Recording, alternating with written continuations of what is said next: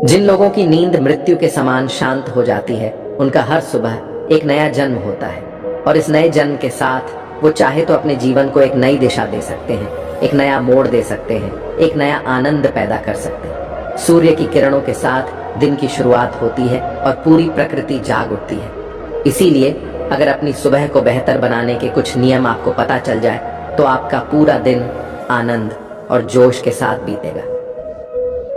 आज की ये कहानी जो आप सुनने वाले हैं, उसमें आपको सुबह की कुछ ऐसी आदतें पता चलेगी जिसके बाद आप अपने पूरे दिन को बहुत बेहतर बना सकते हैं। तो चलिए कहानी शुरू करते हैं। ये उस समय की बात है जब धरती पे बहुत सारे काम इंसानी हाथों से किए जाते थे। मतलब उस समय इतनी ज्यादा मशीनों को उपयोग नहीं होता था। इंसान खुद मेहनत करता था और अनाज पैदा करता था। आज के युग में तो बहुत सारी मशीनें आ गई हैं जो उन कामों को आसानी से कर देती हैं, लेकिन आज से लगभग 200 साल पहले ये काम इंसान ही किया करते थे। ऐसे ही एक गांव में मोहन नाम का एक युवक रहता था। खेती करना उनका खानदानी पेशा था। जहां पर मोहन के माता पिता बहुत ही मेहनती थे, वहीं मोहन बहुत ही आलसी युवक था। वो किसी भी काम को अच्छे से नहीं करता था, या यूं कहें कि उसका मन किसी काम में लगता ही नहीं था। उसके माता पिता को अक्सर उसके भविष्य के बारे में चिंताएं होती थीं कि हमारे जाने के बाद ये कैसे अपना पेट भरेगा, कैसे मेहनत करेगा। उसको खूब डांट फटकार लगाने के बाद भी उसमें कोई अंतर नहीं आ रहा था। दिन ब दिन स्थिति और ज्यादा चिंताजनक होती चली गई। अब मोहन दिन में भी सोता रहता था और सुबह भी बहुत देर से उठता था।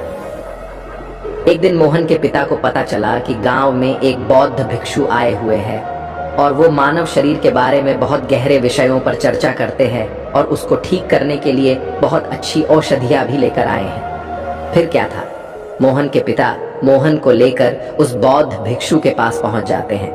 वहां पर पहुंचकर वो बौद्ध भिक्षु को प्रणाम करते हैं और कहते हैं कि हे महात्मन, ये मेरा 22 वर्षीय पुत्र मोहन है।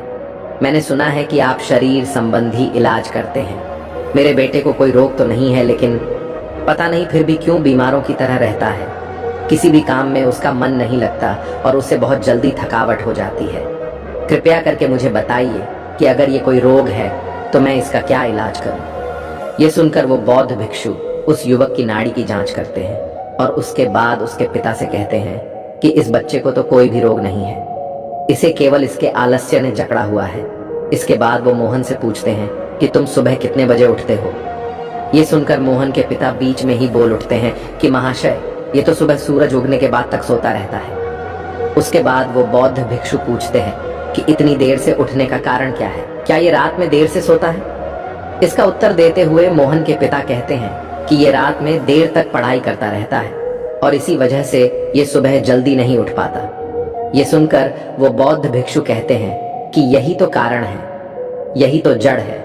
मैं तुम्हें इसके लिए औषधि नहीं दे सकता, लेकिन जो मैं कहता हूँ, अगर वो तुम 21 दिन तक अनुसरण करो तो मोहन तुम्हारा जीवन जोश और उत्साह से भर जाएगा। हर काम में तुम्हारा मन लगेगा और तुम किसी भी काम को बहुत गहरे तरीके से कर पाओगे। इसके लिए तुम्हें सुबह की 5 आदतें अपनानी होंगी। आदतें अपनाना बहुत आसान होता है। शुरुआत में 1-2 दिन तकलीफ हो सकती है, लेकिन उसके बाद तुम्हें उसी में मजा आने लगता है। सिर्फ शुरुआत के कुछ दिन कष्ट के सह लो, उसके बाद तुम्हारा जीवन ही बदल जाएगा। सुबह की उन 5 अनमोल आदतों की व्याख्या करते हुए उस बौद्ध भिक्षु ने कहा कि सुबह उठते ही सबसे पहले अपने आप के प्रति धन्यवाद व्यक्त करो। उस परमपिता परमेश्वर को धन्यवाद दो, क्योंकि उन्होंने इस प्रकृति के द्वारा तुम्हें इस शरीर का अनमोल तोहफा दिया है। हर इंसान को स्वस्थ शरीर तोहफे में नहीं मिलता। अगर तुम बाहर की दुनिया में देखो तो तुम्हें कितने ही विकलांग और पुरु नजर आएंगे। इसीलिए हमारी सांसें अनमोल तोहफा होती है।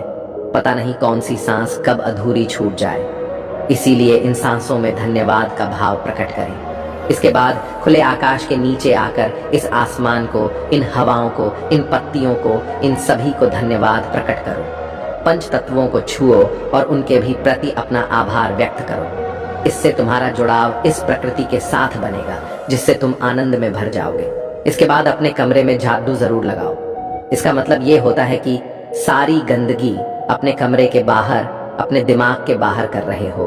और उसके बाद अपने कमरे में एक मिट्टी के दिए में एक तेल का दीपक जरूर जलाओ। इससे कमरे का वातावरण प्रकाशित हो उठता है, वातावरण में एक अद्भुत शांति छा जाती है। इस दौरान उस दीपक के सामने बैठकर आप अपने शरीर को छुओ, अपने बाल, अपने कान, अपनी आंखें, अपना मुंह, जिससे हम मीठी वाणी बोले, अपने कान, जिससे हम शुभ वचन सुन सके। इन सारे अंगों को छू छू कर उनके प्रति प्रेम का भाव अपने अंदर प्रकट करें। उसके बाद वहीं पर बैठकर अपनी आंखें बंद करके कोई भी ध्यान जो आप लगाते हैं उस ध्यान को पूरा करें। ध्यान करने से आपका दिमाग स्पष्ट होता है। आप पूरे दिन में जो भी काम करने वाले हैं आप उसके प्रति स्पष्ट निर्णय ले सकते हैं। ध्यान आपका मार्गदर्शन है, वो आपको सही मार्ग भी दिलाता है। इसीलिए ध्यान करना बहुत ही आवश्यक होता है और इसके बाद हमारा पूरा दिन आनंद और तनाव मुक्त रहेगा।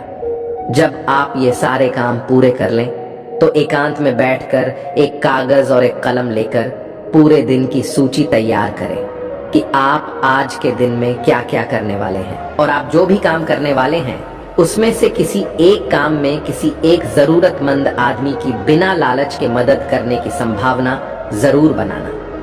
अगर आप दिन में कोई एक काम भी ऐसा कर लेते हैं जो आपके लाभ और हानि से परे होता है तो आपको एक अद्भुत आनंद प्राप्त होता है। आपको लगता है कि मैंने आज का दिन कुछ अलग तरीके से जिया, किसी जरूरतमंद की निष्पक्ष भाव से मदद कर दी, इससे अच्छी बात और क्या हो सकती है। और जब आप ये विधि भी पूरी कर लें तो कोई भी प्रेरणादायक गीत जरूर गाएं। अपनी आवाज में आवाज चाहे बेसुरी हो या मीठी हो, लेकिन भाव सच्चा होना चाहिए, भाव प्रेरणादायक होना चाहिए, भाव संवेदनशील होना चाहिए। और जब आप ऐसा गीत गुनगुनाते हैं तो आप जोश और उत्साह से भर जाते हैं। पूरे दिन में काम करने के लिए ये गीत आपको ऊर्जा देगा।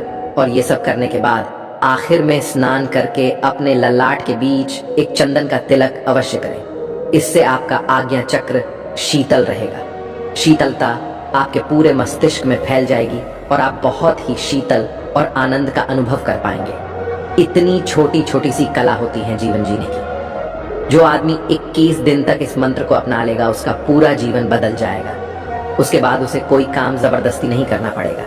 उसे जबरदस्ती अपने मन को उस काम में धकेलना नहीं पड़ेगा, बल्कि वो काम ही आपके लिए आनंद बन जाएगा। जीवन एक उत्सव बन जाएगा, जीवन एक जोश बन जाएगा, जीवन में संवेदना फिर से लौट आएगी। जरा सोचिए, जब हम बच्चे होते थे तो हमारे अंदर किसी भी नए काम को लेकर तरंगें उठने लग जाती थी। हम किसी भी काम में जोश और उत्साह डाल देते थे। आखिर आज वो सब क्यों नहीं होता है? क्यों इंसान ने अपने आप को ही जटिल बना लिया है? एक नए सवेरे की तरफ बढ़ते हैं। चलो बुढ़ापे से बचपन की ओर चलते हैं, उन उम्मीदों को फिर से जगाते हैं। चलो आज हम अपनी कब्र से उठ जाते हैं, खुद जीते हैं और दूसरों को भी जीना सिखलाते हैं। चलो आज हम जीवन को एक नई दिशा देते हैं।